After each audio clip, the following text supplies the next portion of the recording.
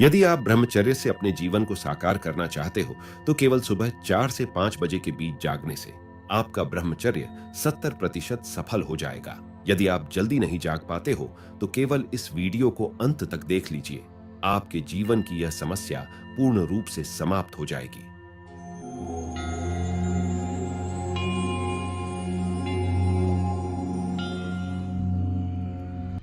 बहुत से लोग सुबह चाहकर भी जल्दी बिस्तर नहीं त्याग पाते हैं।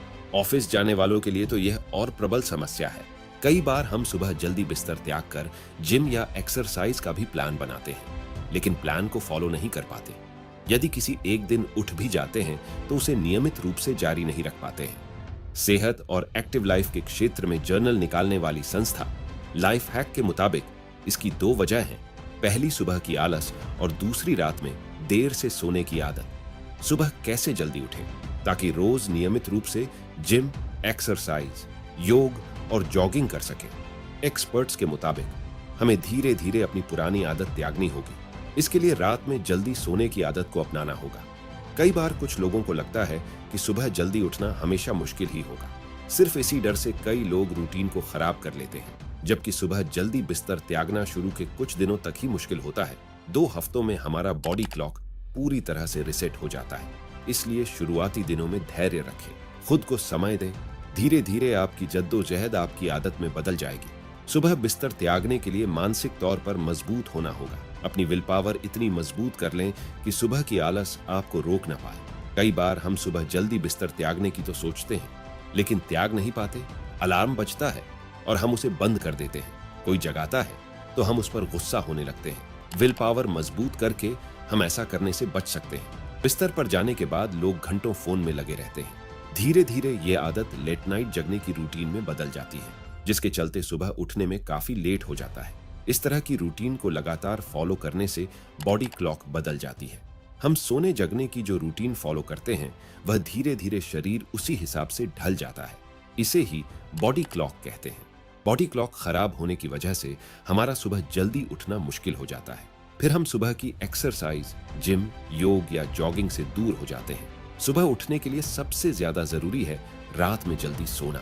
इस बात का ध्यान रखें कि सुबह जल्दी उठने की जद्दोजहद में नींद अधूरी न रह जाए। जब आप रात में जल्दी सोएंगे तो इसकी नौबत ही नहीं आएगी, पर देर से सोकर जल्दी उठने की जिद नींद न आने की बीमारी में भी बदल सकती है।